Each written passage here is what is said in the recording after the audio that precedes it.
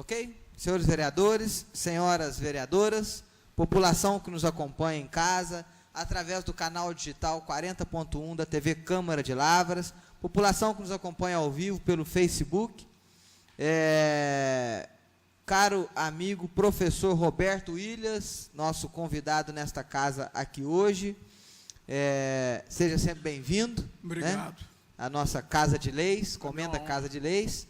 Daqui a pouco lhe concederemos a oportunidade de fazer uso da palavra, iremos apenas iniciar uma votação e depois sua senhoria terá a oportunidade de explanar sobre a escola técnica que poderá vir para Lavras e, se vier, será, sem dúvida, de grande importância.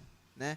Você que foi aí um dos promissores e continua ainda sendo, né, professor da primeira escola profissional da antiga rede ferroviária ainda em funcionamento no Brasil. Né? Então, além de ser um momento ímpar para o município de Lavras, não deixa de ser também um momento histórico. Passo ao secretário para que faça a leitura, aliás, a chamada dos vereadores presentes. Vereador presidente João Paulo, vereadora Cristiane Costa, vereador Marcos Possato, vereadora Daia Protetora, vereador Bira, vereador Matusalém, vereador Carlos Lindomar, vereador Peterson, vereador Coronel Claré, vereador Mestre Grilo. Presidente, nós temos número regulares para poder dar início à reunião. Havendo número regimental para dar início à sessão está aberta. Convido a vereadora Daia para que faça a oração inicial dos trabalhos.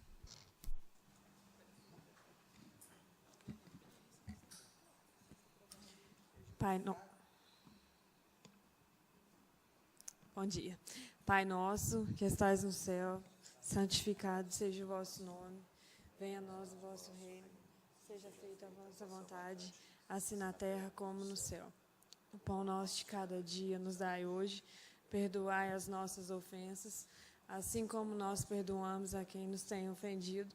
E não os deixeis cair em tentação, mas livrai-nos do mal. Amém.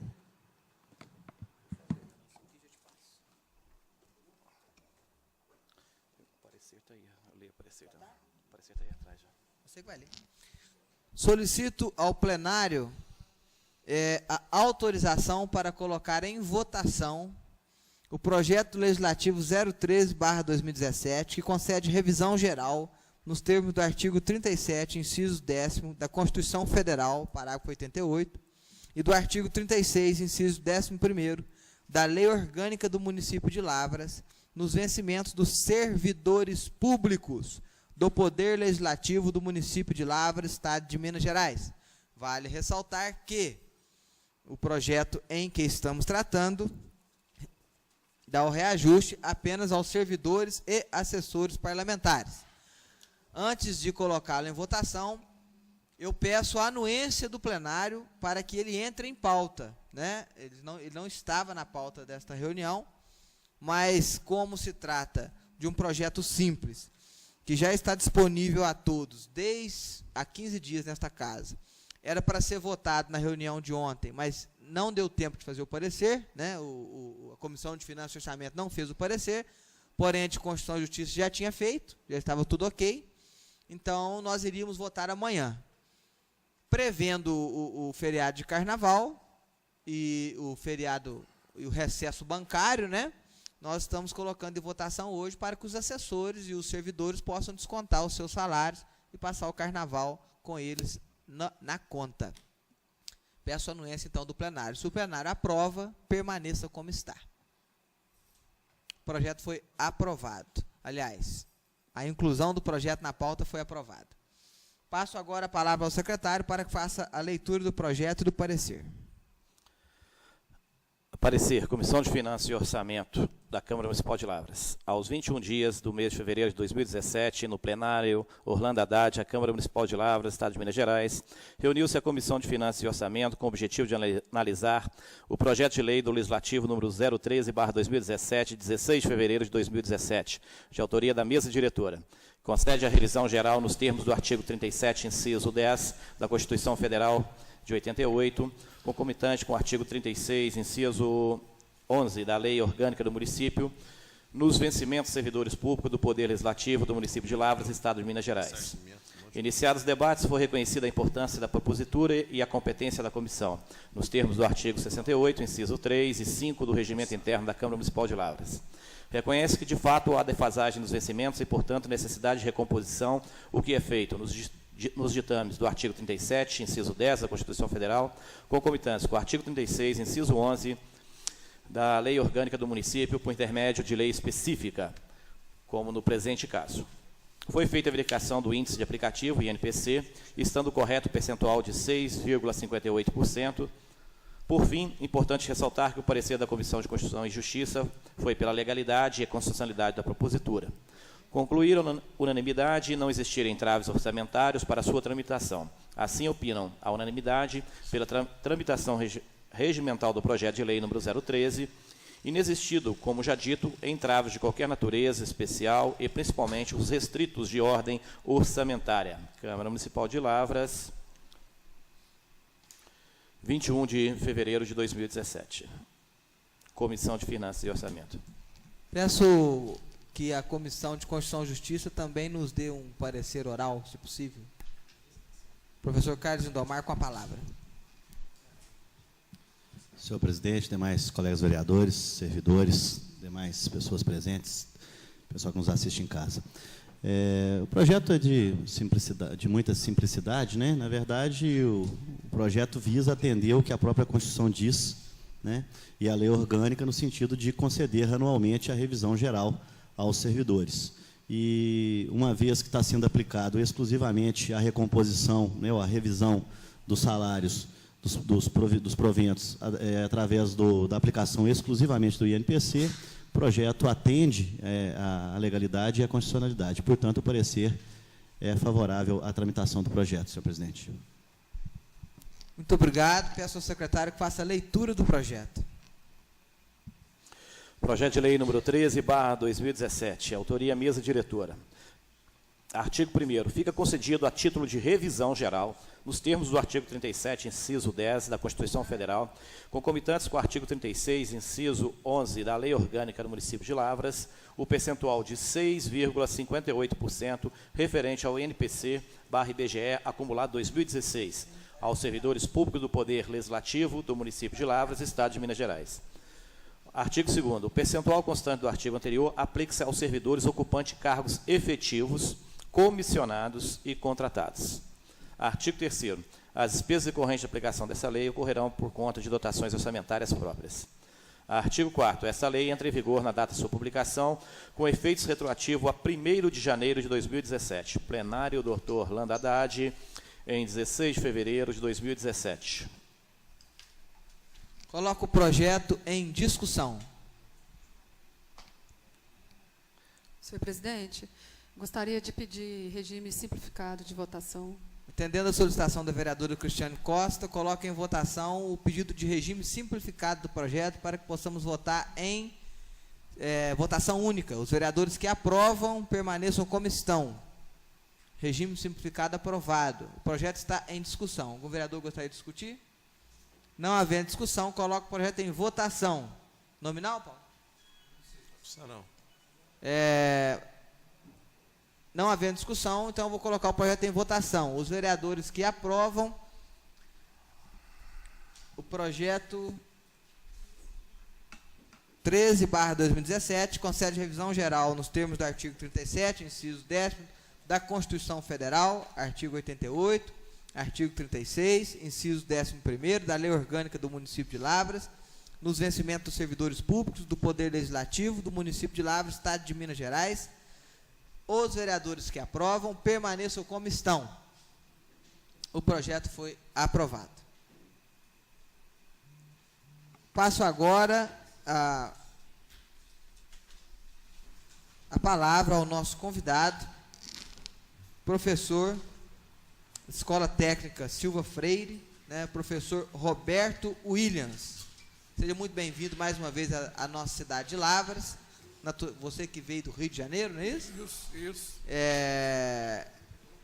Nos apresentar aí esta proposta que, sem dúvidas, será abraçada pelos vereadores, pela comunidade, pela sociedade. Destaco aqui a presença dos servidores públicos municipais, do Marcos Paulo, gerente de cultura, da assessoria dos vereadores, que estão um pouco mais felizes hoje, e dos vereadores que vieram a esta reunião extraordinária para que possamos dar início. Com a palavra, professor. Primeiro eu quero agradecer a todos, né, a Câmara de Vereadores, de ter feito o convite, né, ao nosso líder e presidente do Circuito Ferroviário do Vale Verde, César Mori, né? E eu, antes de falar sobre o projeto, eu queria... As coisas têm uma história, né? Ninguém acontece na nossa vida, qualquer coisa, que não tenha uma história e um percurso. Eu conheci César Mori em 2010. A escola estava comemorando 112 anos de construção. Ela é de 1888, é a primeira escola ferroviária do país, né? Primeira escola de educação profissional também da República, e depois dela vieram 22 escolas. Lamentavelmente, as outras 20 escolas foram dissolvidas na reformulação do setor ferroviário na década de 90, e só ficou 2 escolas no país, James Stewart em São Paulo e Silva Freire no Rio de Janeiro.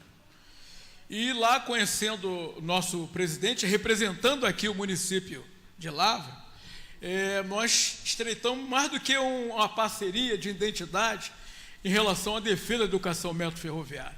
Nós construímos uma amizade de ideal, de projetos, e que consubstanciou da gente no encontro com a Abifé e outros encontros mais, a gente apresentar um projeto aqui para a sua cidade, né, no sentido de não só revitalizar a educação método-ferroviária, mas também lateralmente e cruzadamente atingir outros segmentos e ter uma ação pública consistente em relação à educação profissional.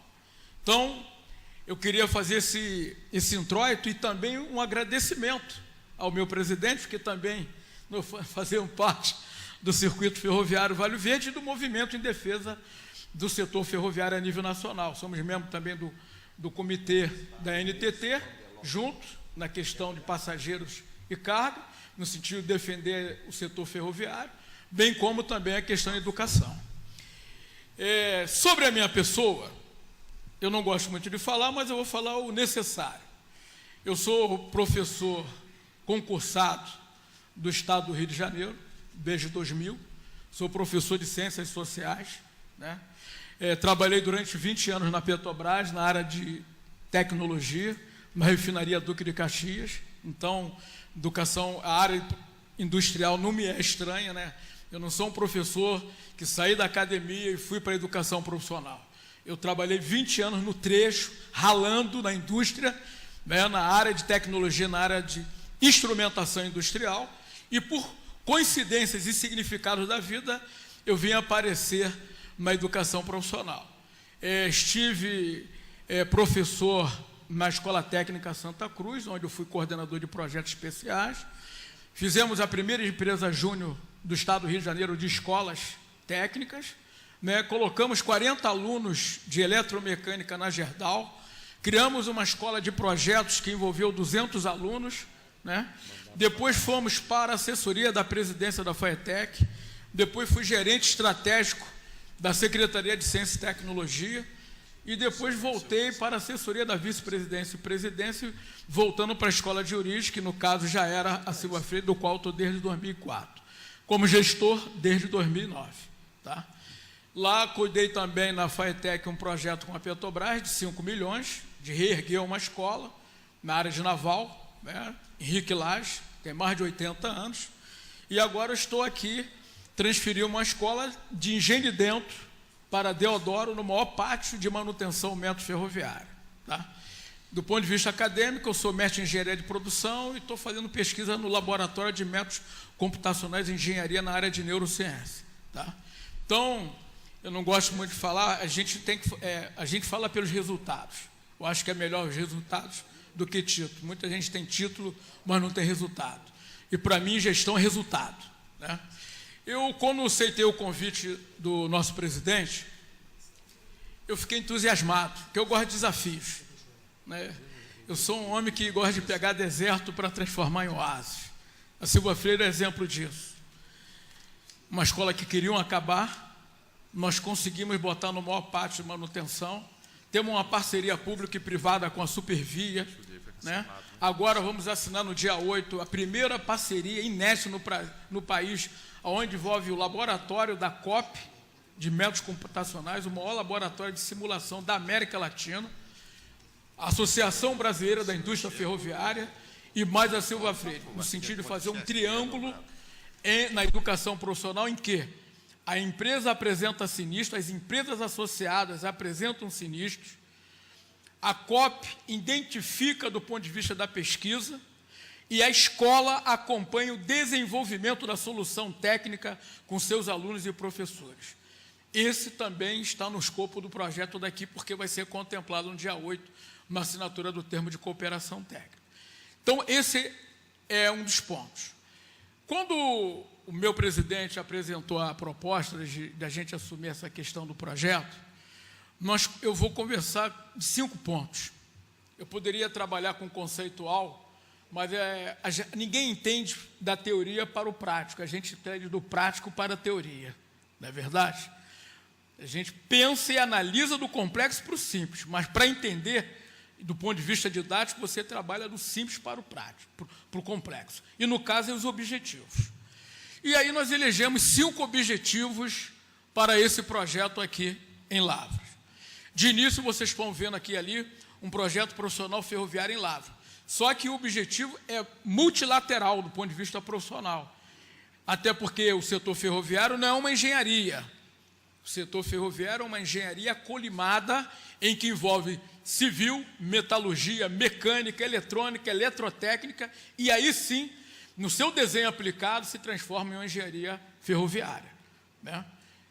E nesse aspecto, nós elegemos 5 pontos para que ele possa envolver a região, ele possa envolver o município e que ele possa ser uma diferença na educação profissional nesse quadrante do Minas Gerais. Nós sabemos que o município não cuida da educação do ensino médio, sabemos que o município não cuida pela Constituição educação superior, mas o município pode ter parceria com instituições civis, que no caso é o CVV, no sentido de buscar recursos multilaterais para que possa implementar os pontos que serão apresentados. Vamos a eles. Primeiro ponto, propor articular um TAC, um termo de ajuste de conduta, junto ao Ministério Público do Trabalho e empresas da grande região, para efetivar o aluno aprendiz legal, concursos profissionalizantes, correspondentes às atividades das empresas, tornando o aprendiz um programa de respeito, bom para o cidadão e melhor para a economia. Por que eu comecei com o aprendiz? Nós estamos discutindo hoje no Brasil a questão da educação de jovens e adultos. Muitas unidades da federação, pelo contrário, estão estrangulando a educação jovens e adultos, sobretudo à noite. Eu vou dar exemplo no Rio de Janeiro, foi fechado 40 escolas à noite dos jovens e adultos. Isso é ruim porque a maioria trabalha, então isso implica em desemprego, ao mesmo da criminalidade e, sobretudo, em regiões importantes da região do estado do Rio de Janeiro. No caso, no Rio, vou dar exemplo do Rio, porque aí torna-se uma referência para todos nós, mais de 60% das empresas não têm adotado o programa do aprendiz legal. Elas têm multas, elas não atendem à legislação, porque não tem uma sinergia entre as empresas e as instituições de educação profissional de formação inicial, que são de cursos rápidos. Nesse caso, nós estamos propondo o que nós estamos propondo para o governo do Estado, que é fazer um termo de ajuste de conduta com as empresas, mapeando, no caso, as atividades profissionais efetivas com um percentual de 10% para ser ocupado de aprendizes, e nesse desenho, consequentemente, você faz com que o aprendiz possa ser incorporado efetivamente nas empresas e não sendo um curso ou uma atividade como frita linguiça. Porque eu vou dar exemplo. A Supervia agora botou 60 aprendizes ao longo das estações no Rio de Janeiro, para atendimento do público. Esse aluno, quando sai do programa, ele não agregou conhecimento substantivo para ele catapultar outras oportunidades, reconhecida pelo próprio RH da Supervia. Por outro lado, nós estamos retomando o aprendiz com eles na área industrial, porque aí tem um interface entre a atividade propriamente dita, fim, da área de manutenção e operação, e o aluno em oportunidade profissional, no sentido de poder agregar a ele, e ele também agregar o empreendimento na formação profissional, aonde ele tem o quê? Efetiva oportunidade, depois de 2 anos, para ter perspectiva no mercado de trabalho. No desenho atual, o que acontece? Ele acaba, a empresa cumpre a tabela do Ministério do Trabalho, mas efetivamente ele não tem consequência pública, porque ele não foi agregado profissionalmente para que aquele aprendiz, na sua experiência profissional, possa ser uma possibilidade efetiva para que ele tenha uma empregabilidade. Inclusive, usando a Secretaria de Trabalho do município, fazendo num SISREG, um sistema, de pegar esses aprendizes e encaminhar para as empresas depois dessa experiência profissional, que é mais um movimento de mobilização de competências do que propriamente dito um exercício profissional consolidado. Mas se ele faz um exemplo desse movimento, que não agrega para ele profissionalmente nem para a empresa, perde a economia, porque conhecimento é ativo. 70% que circula hoje no planeta é de média e alta taxa de conhecimento agregado, então a educação profissional é ativo econômico, seja aqui em Lavras, no Brasil, em Hong Kong, em qualquer lugar no mundo. E se você não tem uma boa formação na área do aprendiz, o que acontece? Perde o cidadão, ato reflexo, porque aí ele não tem perspectiva efetiva. Perde a economia porque ele não vai agregar, depois que ele acabar o aprendiz, para o conjunto das empresas da região. E perde o município porque não tem um pessoal que não vai estar descontando imposto, não vai agregar, não vai ser assalariado, e, consequentemente, você vai perder multilateralmente para a região como um todo. Então, a proposta, eu estou trabalhando com os objetivos para me entrar nas matrizes. Então, esse é o primeiro ponto. Então, fazer um aprendiz que seja capaz de trabalhar com histograma, mapear as necessidades das empresas. A Secretaria do Trabalho tem essas informações, né? E aí casar com a escola de Lavras e fazer esse encaminhamento desses alunos para a escola e, ao mesmo tempo, ele ir para as empresas para agregar e ser agregado do ponto de vista multilateralmente para a região. Segundo ponto, fazer entendimento com as escolas de ensino médio da região, pública e privadas, no sentido de oferecer cursos profissionalizantes e técnicos subsequentes para os jovens.